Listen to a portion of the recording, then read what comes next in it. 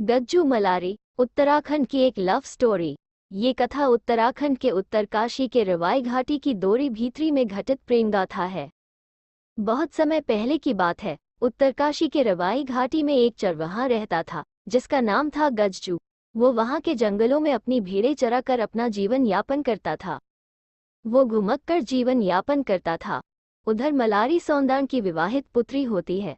मलारी के पिता उसकी शादी बचपन में ही तय कर देते हैं, मगर मलारी अपनी शादी से खुश नहीं होती। वो बस एक आदर्श पुत्री बनकर अपने पिता के दिए वचन को निभाती है। एक प्यार को तड़पती, अपने पिता के वचन से बंधी मलारी जैसे तैसे अपनी जिंदगी काट रही थी। एक दिन मलारी अपनी बहन सलारी के साथ जंगल जाती है। जब वो जंगल में सुतर बीन रही होती है, अचानक उस पर बाघ हमला कर देता है और वो मदद के लिए चिल्लाती है। तभी पास में गज्जू अपनी भेड़ें चरा रहा था। मलारी की आवाज़ सुनकर वो बिना समय गवाए बाघ से भिड़ जाता है और बाघ को खदेड़ देता है। तब मलारी और गज्जू की पहली मुलाकात होती है। इस मुलाकात पे गज्जू मलारी एक दूसरे से आकर्षित हो जाते हैं, मगर मलारी को अपने विवाहित होने का एहसास भी रहता है। अपने पिता के वचन की याद भी रहती है।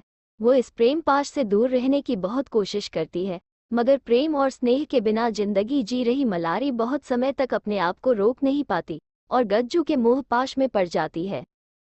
किसकी हिम्मत को सौंदान की बहू बेटियों की तरफ नजर भी डाले। एक तरफ समाज की इतनी बड़ी खाई, दूसरी तरफ मलारी का मोह पाश। इसी विवशता में जकड़ा गज्जू भी प्रेम की राह में आगे बढ़ गया। मजबूरियों में जकड़े दोनों प्रेमी एक दूसरे को साहस देते हैं। गज्जू कहता है, मैं जानता हूँ वास्तविकता क्या है, मगर क्या करूँ, मैं अपने आप को नहीं रोक पाया और तुमसे प्यार कर बैठा। मैं तुम्हारे पिताजी के पैरों में अपनी सी कोई पहाड़ी टोपी रख दूंगा। वो जो कहेंगे मैं कर दूंगा, मगर वो मुझे तुमसे दूर ना करें। इन्हीं मधुर मधुर बातों में दिन कट गए। धीरे धीरे मलारी की अतृप्त प्रेम पिपासा तृप्ति की तरफ रुख करने लगी। दोनों का प्रेम परवान चढ़ने लगा। मलारी की बहन सलारी ने भी मलारी को समझाया कि तू शादीशुदा है, तेरा गैर मर्द के साथ प्यार करना अधर्म है। इसके जवाब में मलारी कहती है, हाँ बहन, ये सत्य है कि उसकी मेरी शादी हुई है, मगर उसकी मेरी आत्माओं का मिलन हुआ ही कहा है। अभी तक शरीर का मिलन भी कोई मिलन होता है। जब उसकी जरूरत होती है, मैं उसके लिए बिस्तर की तरह बिछ जाती हूँ। अपनी जरूरत पूरी करके वो अनजान बन जाता है।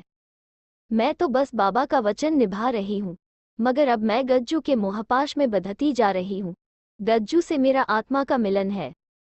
इसी प्रकार गज्जू मलारी का प्रेम परवान चढ़ता जा रहा था, मगर नियति को कुछ और ही मंजूर था। एक दिन मलारी ने गज्जू को मेला देखने बुलाया। खुद दोनों बहनें भी मेला घूमने गई। वहां एक युवक ने मलारी से दुर्व्यवहार करना शुरू कर दिया। ये बात गज्जू को पता चली तो उसने उस युवक की पिटाई कर दी।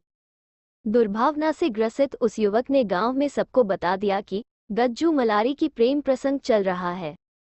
ये बात मलारी के पिता सौंदान को पता चली। उसने गुस्से में आकर मलारी को घर की चार दीवारी में कैद कर दिया। अब एक तरफ सौंदान की हठधर्मता और दूसरी तरफ मलारी का अतृप्त प्रेम। उधर गज्जू भी ये उम्मीद में बैठा रहा कि मेरी मलारी एक दिन पक्का मेरे पास आएगी। लोगों के लाख समझाने पर भी मलारी गज्जू के प्रेम पाश से बाहर नहीं निकल पा रही थी। उधर पिता का सख्त पहरा था, इधर गज्जू के लिए मलारी के दिल में अगाध प्रेम। मलारी गज्जू से मिलने के लिए पूरी तरह जिद पर उतर आई। मलारी ने प्राणों की चिंता किए बिना उसने अन्न जल त्याग दिया। भूखी प्यासी रहने के कारण मलारी बीमार होने लगी, कमजोर पड़ने लगी। उधर गज्जू मलारी की ये हालत अपने सपनों में देख लेता, चिंतित हो जाता। परंतु उसके साथी लुद्रू और बलमू उसे समझाते कि सपने कभी सच नहीं होते हैं। इधर पुत्री को मरणासन देख सौंदान का दिल पसीज जाता है और खुद गज्जू के पास जाकर उसे मलारी के पास लेकर आता है। गज्जू जैसे ही वहां आता है, मलारी का हाथ थमता है। उसके बाद मलारी की आंखें पतराना शुरू हो जाती हैं। गज्जू की आंखें डब्ब भर जाती है। उसे एहसास हो जाता है कि अब मेरी मलारी नहीं बचेगी। तब वो बोलता है, मलारी तू मर भी जाएगी तो मैं तेरे साथ ही आऊंगा, तू सदा मेरी रहेगी। मैं तेरी मूर्ति की माला बनाकर अपने गले में धारण करूंगा। हे मलारी, मैं ही तेरा अंतिम संस्कार करूंगा। चिता पर भी तू पूर्णिमा के चांद सी दिखेगी। दोनों प्रेमियों की अंतिम बातचीत के चलती जाती है। मलारी गज्जू को एकटक निहारती रहती है। गज्जू को निहारते हुए मलारी का मुंह गौरिया की तरह खुलता है, आंखें पथरा जाती हैं। गज्जू अपने कपड़े का टुकड़ा फाड़ के उसका मुंह बंद करता है। इसी के साथ मलारी निष्प्राण हो जाती है। निवेदन: ये कथा जनश्रुति और विभिन्न पत्र पत्रिकाओं एवं किताबों के ज्ञान पर आधारित है। यदि कोई त्रुटि हुई हो तो कमेंट के माध्यम से अवगत कराएं। यदि हमारा लेख अच्छा लगा हो तो सोशल मीडिया पर शेयर करें।